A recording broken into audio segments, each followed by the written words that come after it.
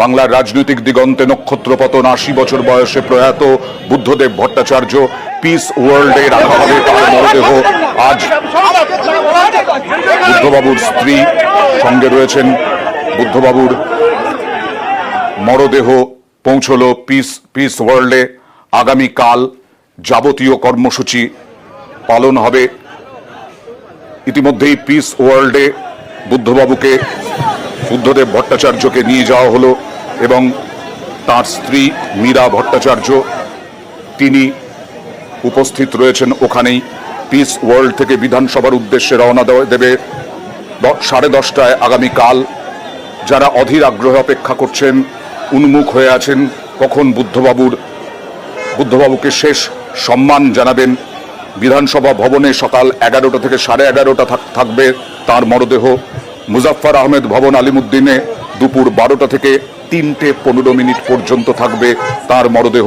দীনেশ মজুমদার ভবন 3:30 থেকে 3:45 পর্যন্ত থাকবে তার মরদেহ। 3:45 নীলরতন সরকার মেডিকেল কলেজ ও হাসপাতালের উদ্দেশ্যে শেষ যাত্রা এবং তার ইচ্ছে অনুযায়ী তার দেহ দান করা হবে বিকেল 4টে।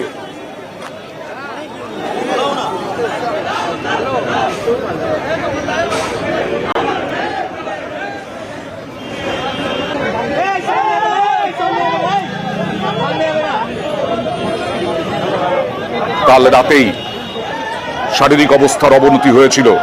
আজ সকালে তিনি ব্রেকফাস্ট করেন, তারপরেই চিরবিদায় নেন প্রাক্তন মুখ্যমন্ত্রী বুদ্ধদেব ভট্টাচার্য। গত কয়েক বছর ধরে শ্বাসকষ্টজনিত রোগে তিনি ভুগছিলেন। মাঝে মধ্যেই তাকে বিভিন্ন হাসপাতালে নিয়ে যেতে হয়, কিন্তু তিনি বাড়ি ছাড়তে রাজি হননি। বাড়িও নয়, 2 কামরার ফ্ল্যাট, সেই 2 কামরার ফ্ল্যাটেও ওখান থেকে যেতে রাজি হননি, ছাড়তে রাজি হননি। হাসপাতালে যেতে চাইতেন না, কিন্তু শারীরিক যে স্বাস্থ্য, সেই স্বাস্থ্যের জন্য, চিকিৎসার জন্য তাকে নিয়ে যেতে হয়েছে। সরাসরি দেখছেন পিস ওয়ার্ল্ড থেকে শোকাবহ কিরকম পরিস্থিতি, জানবো প্রতিনিধি ভেঙ্কটেশ্বরের কাছ থেকে।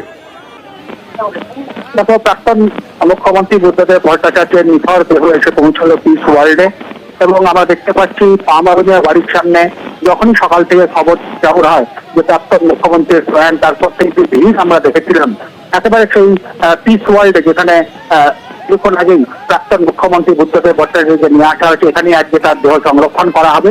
সেখানেও প্রচুর মানুষ কিন্তু সেখানে ভিড় করেছেন।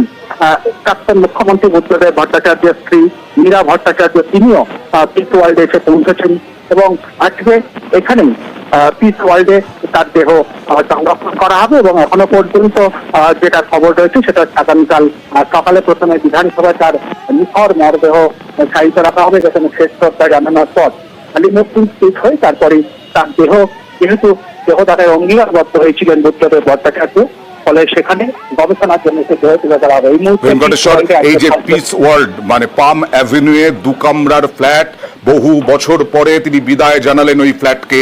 তারপরে পিস ওয়ার্ল্ড, সিপিআইএম বাম কর্মী সমর্থক, কিরকম ছিল এই যাত্রাপথটা পিস ওয়ার্ল্ড থেকে, মাফ করবেন, পাম অ্যাভিনিউ থেকে পিস ওয়ার্ল্ড? ভেঙ্কটেশ্বর, দেখেন পাম অ্যাভিনিউ প্রাক্তন মুখ্যমন্ত্রী বুদ্ধদেব ভট্টাচার্যের বাড়ি, সেখান থেকে একেবারে পিস ওয়ার্ল্ডের যে গোটা যে যাত্রাপথ, সেই যাত্রাপথে দলীয় কর্মী সমর্থক নেতৃত্ব তারা তো ছিলেন, প্রচুর সাধারণ মানুষ সেই যাত্রায় কিন্তু পায়ে পা মিলিয়েছিলেন এবং একেবারে পিস ওয়ার্ল্ডে কিছুক্ষণ আগেই প্রাক্তন মুখ্যমন্ত্রী বুদ্ধদেব ভট্টাচার্যের দেহ এখানে নিয়ে আসা হয়েছে, সেখানে সংরক্ষণ করা হবে এবং পাম অ্যাভিনিউ সকাল থেকেই বাড়িতে ভিড় উঠে পড়েছিল। যখনই প্রাক্তন মুখ্যমন্ত্রী বুদ্ধদেব ভট্টাচার্যের প্রয়াণের খবর ছড়িয়ে পড়ে, তারপরে প্রচুর সাধারণ মানুষ, শুধুমাত্র দলীয় কর্মী সমর্থক নেতৃত্ব নয়, এবং পাম অ্যাভিনিউ যেখানে 2 কামরার ফ্ল্যাটে প্রাক্তন মুখ্যমন্ত্রীর বাসভবন, সেখান থেকে একেবারে পিস ওয়ার্ল্ড পর্যন্ত যে গোটা যাত্রা পথে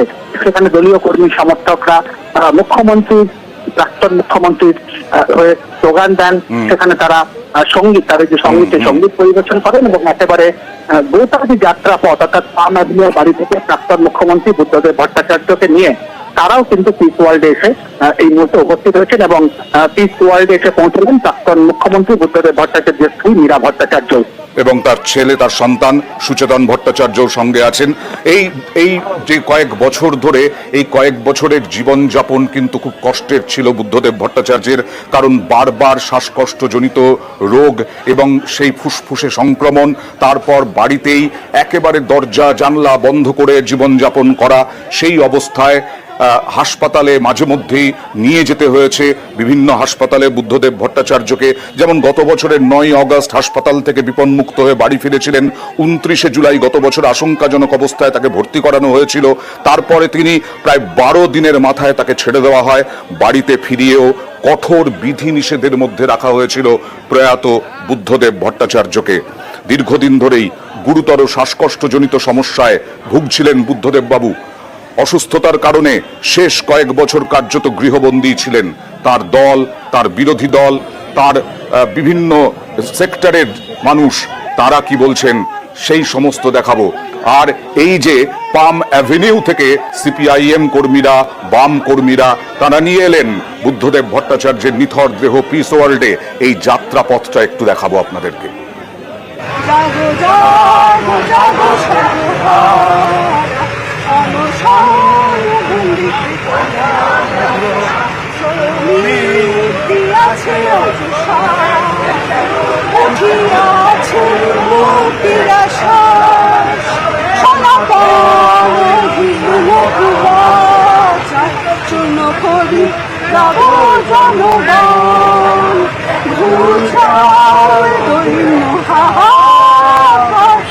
জীবন মরণ পরিপান শেষ যুদ্ধ এসব মিলি একসাথ শেষ যুদ্ধ শুরু আজ কামলে এসব মিলি একসাথ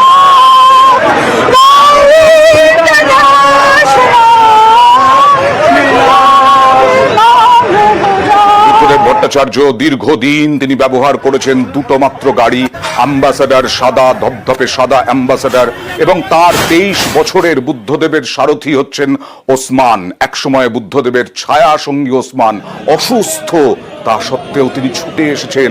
মৃত্যু সংবাদে বিধ্বস্ত ওসমান কি বলছেন দেখুন। এরকম কোনো একটা দিন মনে করছে যে উনি একটু লেট করবেন না না আর গাড়িতে আপনার চালানোর প্রশংসা করেছেন, আমরা শুনেছি, অনেক জায়গায় বলেছেন গাড়ি হয় আমি চালাবো। উনি বলেছিলেন যে ওসমান ছাড়া আমি অন্য কারো গাড়িতে বসবো না। মানুষটার মনটা বরাবর সাদা ছিল, সাদা ছিল, কোনোদিন কালো বাই না, কি বলবো, কিচ্ছু বলার নেই। গুরুতর অসুস্থ এই ওসমান, তা সত্ত্বেও ছুটে এসেছেন বুদ্ধদেব বাবুর প্রয়াণের খবরে এবং চোখে জল, শোকে বিহ্বল। মুখ্যমন্ত্রী মমতা বন্দ্যোপাধ্যায় এর আগে বহুবার তিনি বাড়িতে গেছেন, তার খোঁজ খবর নিয়েছেন, তার শারীরিক পরিস্থিতির খোঁজ খবর নিয়েছেন। আজকে প্রয়াণের খবরে সঙ্গে সঙ্গে এক্স হ্যান্ডেলে শোক বার্তা পাঠিয়েছেন, আর তারপরে তিনি পাম অ্যাভিনিউতে চলে গেলেন। পাম অ্যাভিনিউতে গেলেন এবং সেখানে তাকে শেষ শ্রদ্ধা জানালেন বুদ্ধদেব ভট্টাচার্যকে। তারপরে স্মৃতি মেদুর মমতা বন্দ্যোপাধ্যায়।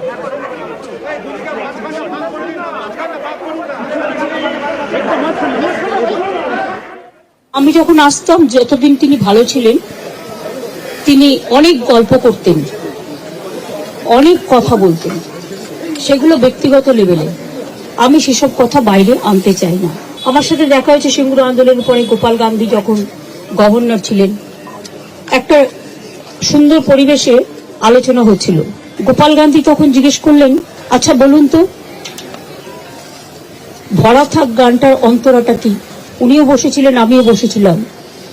আমি তখন বলেছিলাম, যে পথে যেতে হবে সে পথে তুমি একা, নয়নে আধার রবে, ধ্যানে আলোক রেখা। এই ঘটনাগুলো আমার মনে পড়ে। মমতা বন্দ্যোপাধ্যায় আজকে স্মৃতি বিহ্বল। তার সঙ্গে বুদ্ধদেব ভট্টাচার্যের রাজনৈতিক বিরোধিতা, আদর্শগত বিরোধিতা সব থাকা সত্ত্বেও মুখ্যমন্ত্রী মমতা বন্দ্যোপাধ্যায় বারবার ছুটে গেছেন।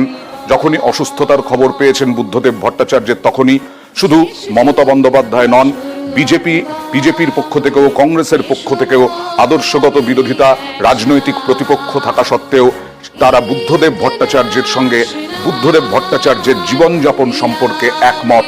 তারা তাদের কাছে যথেষ্ট জনপ্রিয়।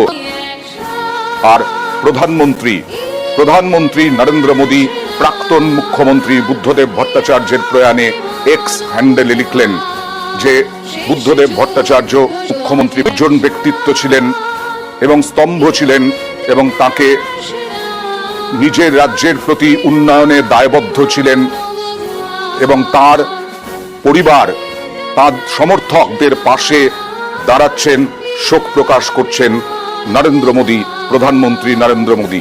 1944 সালে জন্ম, 2024 সালে প্রয়াত প্রাক্তন মুখ্যমন্ত্রী বুদ্ধদেব ভট্টাচার্য। 2000 থেকে 2011 পর্যন্ত টানা মন্ত্রিত্ব, সমস্ত কিছু হয়েছে, কিন্তু পাম অ্যাভিনিউয়ের 2 কামরার ফ্ল্যাট থেকে কেউ